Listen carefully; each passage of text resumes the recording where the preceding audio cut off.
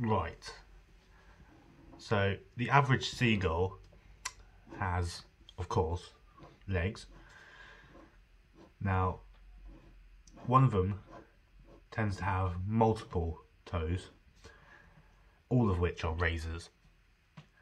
And when we get to the body, this is the average seagull. I'm sure you all will agree.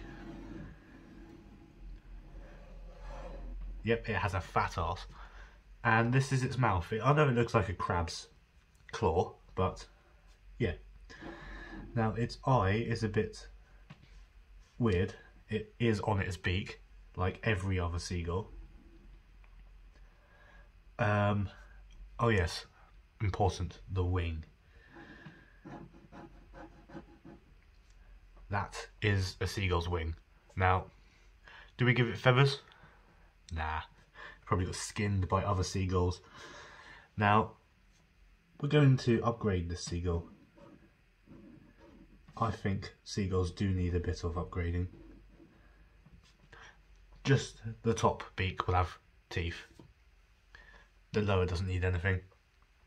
Now, this particular seagull has just been in a fight. So it's got bloodshot eyes and it's tears of blood dripping horrendously.